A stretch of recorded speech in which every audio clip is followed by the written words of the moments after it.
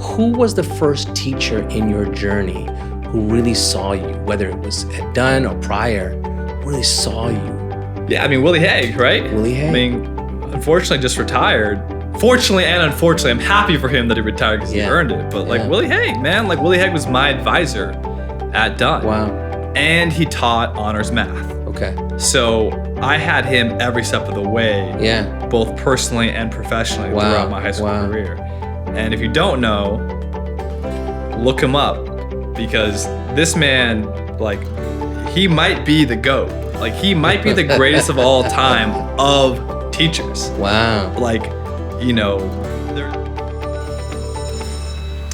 Welcome to the Whole Student Podcast with Kalyan Balaven. Whole student refers to the magical moment when a student is fully seen, heard, and known. This is the spark of a relationship between student and teacher, where the former is catalyzed on a journey beyond what they thought possible, and the latter is a proud advisor cheering from the sidelines. The Whole Student Podcast asks guests to reflect back on their moment, the person who became a transformative teacher in their lives, and on the journey they were set upon. Our guest today is Ching. Justin is a Forbes 30 Under 30 award-winning writer-director. Most recently, he directed the featurette for the Oscar-nominated film, The Mitchells vs. the Machines. Previously, he worked on Netflix crime series Heist and developed feature films for Steven Spielberg's production company, Amblin Entertainment. Prior to this, he was a showrunner at Fox. He began his career at Disney before moving on to YouTube, where he helped develop channels for Vice, BuzzFeed, and Jay-Z's Life and Times. Hove! JC, as he is affectionately known, is also an educator in his spare time, an adjunct professor at the University of Southern California, and serves as a board member for his alma mater, Dunn School. It is my pleasure to have Ching on the podcast. Thanks for having me here. I appreciate you, man. So Justin, you're one of our youngest guests, and you've done a lot in your life. And in that time, people can talk about all the things that you've done, the spotlight's on you, but I want to take the spotlight off of you and put it on your teachers. And in order to do that, you need to talk to us about the kind of student you were. So describe yourself, please. I mean, what kind of podcast is this? Like, on the range from NPR to the Draymond Green podcast. Yeah. How are we really going to get here? Well, you know, let's go Draymond Green with it. You know, we got the championship chip, so, you know, number 4. Go ahead. All right. Yeah. I'll give you the JJ Redick version. I feel like that's like the more toned down version, right? All right. Yeah, I mean, look, like it's no secret that I was a troubled kid coming into Dunn. You know, I, for a lot of reasons growing up, had my challenges, and I very much came to Dunn as a late addition. I didn't plan to go to Dunn. Like, it wasn't something that was like, that had a lot of foresight. It was really like, you know, I'd gotten suspended my second semester of 8th grade year in junior high school. Wow. And so my mom was kind of worried about the prospect of me going to the public high school. I'd gone from, you know, my educational history is I've sort of tried every school there is to try, if that makes sense. Okay. Like, I started preschool at an Episcopalian Christian school. Wow. That ran all the way through until 8th grade. But you left. In 6th grade, I got in trouble there. I'd gotten in trouble kind of all along the way, but in 6th grade, I got in pretty big trouble and basically had to transition from there into the public school system. Okay. Which is what I really wanted. Like, I honestly, like, I think preschool to 6th grade with the same group of kids is just pretty suffocating. Okay. And a couple other kids along the way transferred to the same public school, and felt like that would be a soft landing, but also just want to experience something like completely new. And I remember the feeling also, it's just as a side note, of like the terror of like, I wanted the freedom to dress myself and not be in uniform, and that first day of school being like, I have no idea what I want to wear. Did you know when you were getting in trouble or whatever catalyzed it that you wanted to get out at that moment in time? Yeah, I mean, I campaigned basically to get out of that Christian school for quite some time, and then ended up at the public school. I actually really enjoyed the public school, but it brought along its problems. Like, I did not go to a public school in a particularly good area. Like Got it. At that point in time, I was living in the Inland Empire. Shout out IE. And like, people don't realize how, maybe people around this area, because we are in the San Ynez Valley, understand how rural it gets outside of the cities in California. Like when people say rural America in California, people think that they're talking about Alabama, but they're just talking about like actually an hour or two outside of LA, San Francisco, San Diego. IE is no exception to that. And the IE has been a rough place, right? I was in an Uber the other day, and when I told him I was from the IE, he remembers this. He was like, yo, like that was a rough place to be back in those days, because small history here, what happened was after Rodney King happened in the 90s in Los Angeles, what you had was a massive influx, massive exodus of black folks leaving LA and going more and more inland. And what ended up happening, and I want to be very careful when I say this, because the two are correlated, not necessarily causal. When you had that exodus, you also had a lot of gangs that also followed. The Bloods, the Crips followed inward, right? And that's not to say that the black community that moved inward brought problems with it. More like sort of the vicious cycle of what happened with those gangs was that they then started to prey and hunt closer and closer to those communities inward, because they themselves were also trying to get away from the LAPD. Got it. Right? And where they landed was a place where they basically ran up against what we now know to be like the Proud Boys of the world, right? The modern white supremacist groups. The Confederate flag waved where I grew up, because we had a big NASCAR racetrack. Absolutely. Wow. And so you actually had a lot of skirmishes between gangs. Did you feel it? Gangs. Did you know when it was being waved, you knew what it meant? Oh, yeah. You did. I mean, that's why, like, when anyone makes some comment about the Confederate flag defending it, it's like, ain't nobody who's seen the Confederate flag growing up doesn't know what it is, right? Wow. But I digress. Like, to get back on track here, the point being, the public school was actually kind of a dangerous place to be, right? Kids were getting gunned down in the street and shit. And like, what I realized from that experience is I really was glad I had that experience in the public school system. I recognize like the failures of it in a lot of ways. Like, it's actually pretty surprising, the stuff you learn in 7th and 8th grade as you're hitting puberty. For example, like sexual education, like drug education. A lot of my knowledge base today, I realize that I have weird muscle memory where I think the wrong thing, even though I now have learned the right thing. Like I don't understand certain things about those sensitive subjects in the way that I innately should. Right. Because like I was taught the wrong thing. Right. Like I was taught, just say no. I was taught like abstinence is the best form of contraception. Right. And so like I ended up inevitably, because of the same kind of root problems that were happening in my personal life, I got in trouble again in 8th grade. And to bring it all back, my mom was terrified about the idea of me going to the public school. New public school that was just built, but like, it was really built like to look like a prison. Like, so we were just like, this is, my mom's like, this is not the right choice, And so we toured a bunch of schools in California, and, Dunn, to keep it real, was like, that was not my first choice, but that was the right choice, if that makes sense. Like, and I was very lucky, very, very lucky that when I landed here, while the school had always had sort of a revolving door of a lot of premier teaching talent, I hit the revolving door perfectly. Wow. Like every year I was here, there was either a teacher I had just for 1 year or a teacher who had just come to Dunn. And that was new, and I benefited from their teaching. Wow. If I was 1 year off, I would have not benefited from that at all. Wow. Yeah. So it's going to be interesting for people to listen to this, see who you are in the world right now, hear you say you were a redemption project in high school. A high school that is a private school, and also hear that you kind of lucked through the process. Who was the first teacher in your journey who really saw you, whether it was at Dunn or prior, who really saw you? Yeah, I mean, Willie Haig, right? Willie Haig. I mean, unfortunately just retired fortunately and unfortunately, I'm happy for him that he retired because he earned it. But like Willie Hague, man, like Willie Hague was my advisor at Dunn. Wow.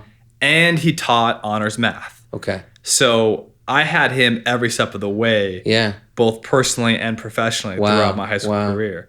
And if you don't know, look him up, because this man, like, he might be the GOAT. Like, he might be the greatest of all time of teachers. Wow. Like, you know, there's no like Hall of Fame for these things. We don't track these like we do sports.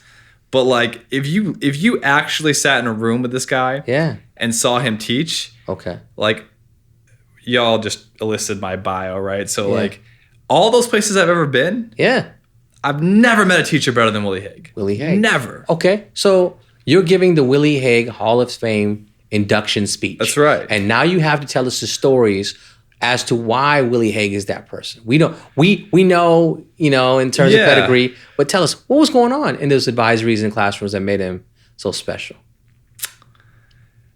I mean, first off, just God-given talent, right? Let's just be honest. Like, there are certain things that they were just born to do. Yeah. And Willie Hague was born to be a teacher. Yeah. Just think about how everything I've just told in my background. And then we're talking about like a white Scottish dude who teaches math. Okay. Like, that is not a recipe for success. So you walk in his class, right? What does he do? But he's just that good, right? Like, he's, first off, you know, he's the most charming dude out there. Right. He's so charismatic and he's so funny, right? He's so freaking funny, and he's able to make jokes about math, right? Not in like, just in like the corny, campy way from Ghostbusters. Like, this dude like actually makes his own original material about math, and it kills. Wow. And he's great at improvising. He's great. He is amazing at feeling the finger of the pulse of any given class. Okay. Whether it be an honors class or a basic class. Wow. Right? And knowing when to turn the tide, right? Knowing when he needs to pop the joke in, knowing when people are falling asleep after lunch, like, and you need to really just get people going. You know, the other thing that he did is he was also incredibly honest with people about, like, if you look at the curriculum of his class, he was pretty honest with people and pretty ahead of his time in terms of understanding that, like, computation was quickly going away. We live in a world where you know, smartphones hadn't come out yet, but even on your regular Motorola Razr, there was a calculator. Yeah. So the way of thinking in terms of like understanding, whether it be geometry or trigonometry or calculus, right? Yeah. The way of thinking was more important than just the computation itself. So he's in vanguard of thinking. He tells jokes. He's dramatic. He's able to attract the attention of people. He reads the room. Self-aware. But how does he get you to open up about yourself? What does he do? Yeah, I mean, look, like, there are very few selfless people in this world. Like, actually selfless. Yeah. I'm not one of them. And like Willie is a guy who, I mean, I don't know the tale of the tape, like how many promotions he's actually taken, but I imagine he's turned down more than he's actually taken, because for him, like, it's all just about the teaching, about the students. And I think like that really shows, right? There's no hidden agenda here. Like, you're talking about a teacher that saw me. I'm talking about what everyone sees in him. Wow. Right? Everyone sees right through him. Wow. And what they see is the best form of transparency, the best form of self-awareness, the best form of substance, right? Okay. Where it's just like, this dude is just going to care about you, right? He's just going to care about you no matter who you are, and he just wants what's best for you. And this is not the goal of like every teacher that you want to have, is like not the latter, right? Fair. But you. Well, how did you change? So you become a better mathematician, certainly.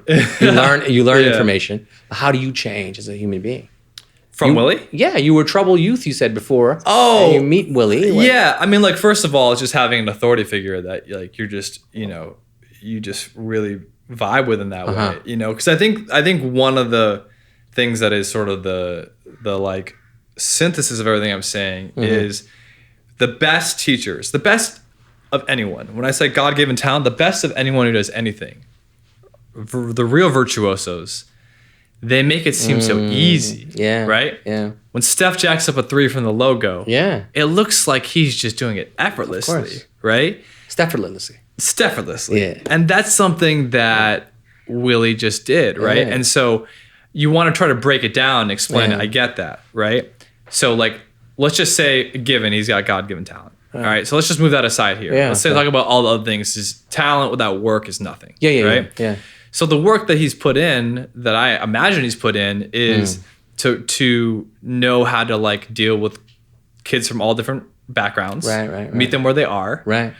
I also think that he understands how to be self-effacing. Like the average teacher, and this is very much, let's say this is very much ahead of the curve again for his time in terms of the late 90s, early 2000s, which is to say that like now in the way we think about education, I feel comfortable saying this as an educator, like with authority, like I think the way we think about education now is like, how do you actually like gain the real respect of students in a way that is sort of friendly, for like a better word. Yeah. And like, he was probably ahead of the curve in the sense that most of his contemporaries came through with authority. Right. You respect me because I'm your teacher. Right. You respect me as the Leviathan. Right. And Willie was like, nah, I'm gonna be your homie. Right. He's gonna build a community. Right. And that's just way different. It's just a way different approach. Someone who like that. Who like, he's not making jokes so that you laugh at him. He's making jokes that we could all laugh together. That's right. That's right. And that's such a big difference. That's right.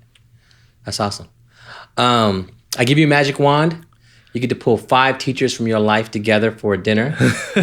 You can play it any way you want, right? Yeah. Who are you bringing? Who's my starting 5? Okay. Well, we know the one's Willie, right? First ballot Hall of Famer, arguably the GOAT.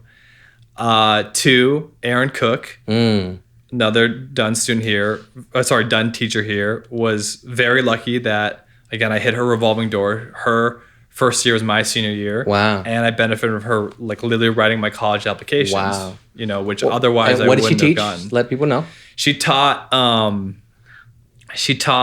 history of the civil rights movement. And I remember thinking my junior year, sex was my junior year, before I signed up. I'll keep it a buck with you. And I've even told her this. I like saw the name, I Googled her, I gleaned, you know, that she was of a certain identity. Yes. And I was like, man, I just gotta take this class to see what this white girl has to say about civil rights. I see. I was like, really? Wow. This white woman's gonna teach civil rights? Wow. And she was incredible at it. Wow, amazing. And, you know, benefited from not just her, again, incredible teaching talent and her own passion, but, you know, she at the time was wrapping up a project at the King Institute at Stanford. That's amazing. Working under Clay Carson, the King biographer. Wow. By King, I mean Dr. Martin Luther King Jr. Wow. And she was fantastic. And, you know, number 3 would be Jean Vachon, who's still here to this day. One of the best. And he taught you what? AP English language. Ooh, okay. One of the best at just being a fantastic listener of children. Sorry to all the students who are listening to this who are like, I'm not a child, I'm a teenager now, right? It's like, no, like, I mean, like, he just really listens to you and sees you in a way that is incredibly personal. We did a journal project with him, and, you know, like sort of as pen pals, I talked through some of the biggest challenges of my life, which happened that junior year with him, just through the writing, right? And this is no disrespect to him. I can't remember much about what we did curricularly, you know, in that class. I just remember him and the way he made me feel. I think that, you know, the reason why you'd want him on the roster as well is he's a fantastic glue guy, right? He holds a lot of people together from different backgrounds. Number 4, I'd go with this woman, Evelyn Huang, who I don't think she's actually teaching anymore, but she was an instructor at the D School at Stanford. Wow, yeah. Which, for those who don't know, the D School, quote unquote, the design school at Stanford, incredibly innovative place in terms of the way people think. A lot of people go there, not in terms of the traditional sense of design, but it's almost an alternative to like business school or an alternative to engineering school, because it teaches you a way of thinking that is so vastly different than anything you could ever experience. Yeah, of course. Right. And she was just a fantastic instructor and just handling all that. and knew how to blow people's brains out, and also when to kind of reel back a little bit and make sure they knew how to catch up. And the last spot, certainly not the least, is the good Reverend Charles Howard. Over at the University of Pennsylvania. Yeah. Currently the Vice Provost of Social Justice and the chaplain, which for those of you who don't know, University of Pennsylvania is my alma mater. And unlike a lot of schools where the chaplain position is sort of a single religious position. Penn is a Quaker school. Which means it's accepting of all religions. So the chaplain is one of those important members of student life beyond just being, for Chaz, a Christian minister. He is charged with being well versed in all the religions, all elements of student life. And at the time that I went in there, one of the things that most impressed me about him was, particularly like he was sort of at a crossroads with students who were getting involved with sort of the Jewish Islam debate amongst Palestine. Post 9/11, right. And the way that you saw him bring people together was singular. Honestly, in my lifetime for that debate. And he taught a class that was a graduate level class focused on multicultural education. That's wonderful. Which again, super ahead of his time. Right now, everyone's got a DEI something. He was doing it before it was sexy. Yeah. And then my sixth man, also at Penn. I'm giving it to you as a bonus. Andy Lamas, fantastic in terms of pedagogy. I mean, really him, Chaz, and Willie in terms of pedagogy. They could go shot for shot.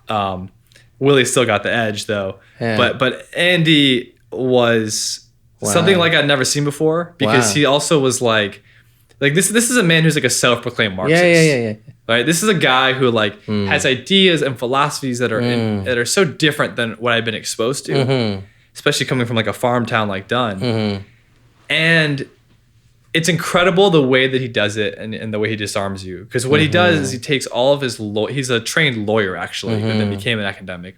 He takes all of his lawyering and all of his litigation expertise, and instead of like assaulting you with it, he uses it to disarm you and peel back the layers until you're left with you're essentially arguing against yourself, and you're like, oh man, like this guy really just Jedi mind tricked me. And you can't help but feel a tremendous respect for the way that he did it. He will never argue with you directly. He will always just smile at you and then present the questions and ask you to respond sort of Socratically. And then you're like, one of the things that blew my mind that he said, this is a provocative idea, is he was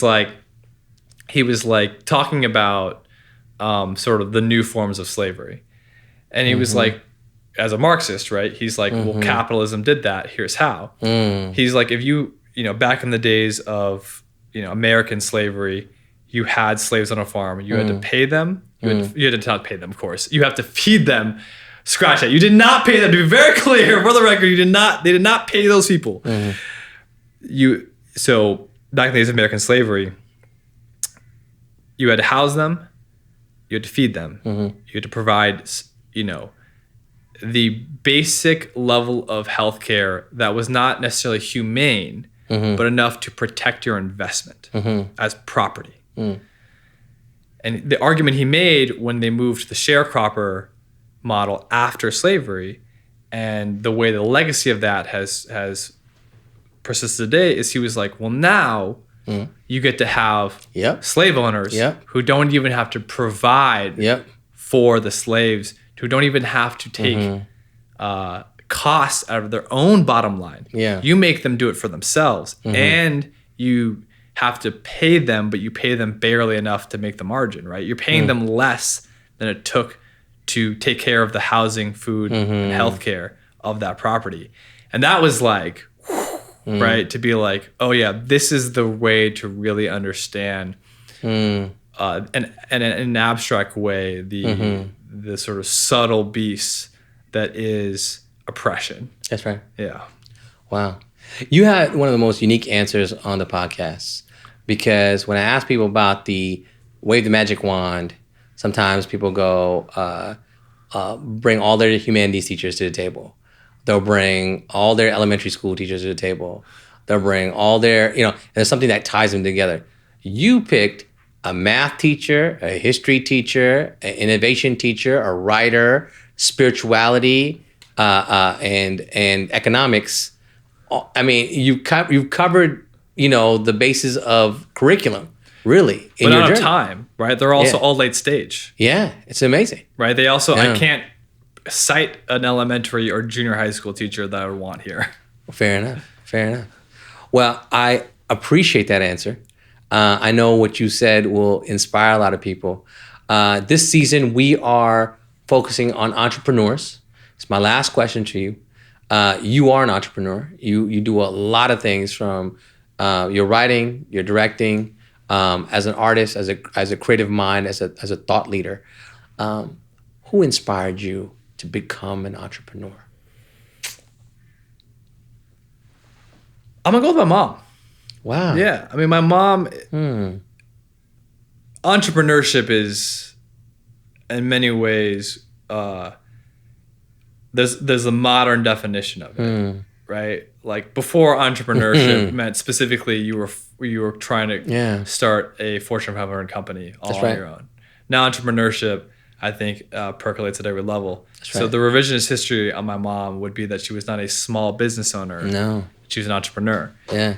And that she was not a dentist, but a healthcare entrepreneur. Got it. Right? Got it.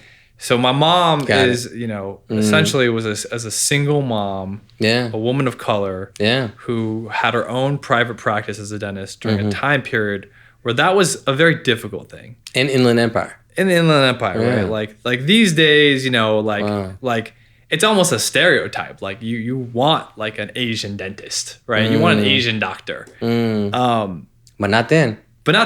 Yeah. No, not then, right? And definitely not a woman. No.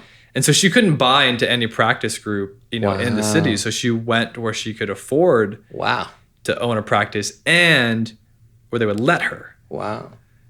As well as where the need was, right? And particularly in these Black and brown communities where healthcare there's a gap. And, people like to kind of scoff at dentistry that is like not real healthcare. But I mean, I'll just boil it down to this, right? Like, number one cause of heart attacks, plaque in the teeth. Right? People don't know that stuff, right? So people have terrible teeth, terrible gums. They're out here dying, right? Heart disease is still the number one killer in this country. Wow. A big fraction of that is oral care. Wow. And people just don't know. Wow. Right? And so, like, for her to deal with management of a staff as a woman, dealing with, like, outside vendors, dealing with very difficult clients, patients, I should say, to run the business, have to deal with the accounting, all of that. Like, there's so much I remember when I was a kid that she complained about that I now complain about. Wow. And everything's made us closer, right? We were already pretty close, but now we're even closer because it's just like truly I know everything that she was going through. Of course. Just in a different field. Wow. That's powerful. You started your story with your mom and you ended it with your mom. You talk about, her role in helping you navigate your journey, and she has an inspiration for you, right? Yeah. So beautiful. Yeah, for sure. So I know what you said will inspire others to share and reflect and notice the people in their lives. Also, as people listen to this, especially as we talk about teachable moments and inspiration for entrepreneurship, I hope they find your story as one that inspires them as well. I hope so too. And I also want to, like, in closing, say that for my mom, for anyone out there who's listening who comes from a community of color or blue collar or immigrants, like, I am very, very lucky, right? Like, it is not lost on me that I am very lucky that I get to do art for work. And that my mom, in her own way, is an artist. Both personally, like, a lot of the sort of paintings and stuff she did growing up. But as a dentist, she's really a sculptor, right? She sculpts teeth. Like, she has a very specialized form of dentistry. Yeah. Right. She's the architect behind smiles. Yeah. And dentistry was the practical form for her art. Right, right. She has the heart of an artist. Yes. But as an immigrant to this country, Mm-hmm. she had to be practical. That's right. And make that sacrifice Mm-hmm. that defined her life Mm-hmm. so that I could become a professional artist. Wow. And that will never be lost on me. Wow. And that will always be the legacy of my mother, is not just all the things that we mentioned Wow. that moms do. That's right. But that she empowered me to be a second generation artist Wow. of color. Wow. Powerful. Powerful. Well, thank you, Justin. Appreciate you, man. Anytime. Yeah. So, the Whole Student Podcast brought to you in partnership with Dunncast, produced by JD Scroggin, the Director of Marketing and Communication at Dunn School, and co-produced by Brandon Scott of Comfort Food. You can subscribe to the Whole Student Podcast on YouTube, Spotify, Apple,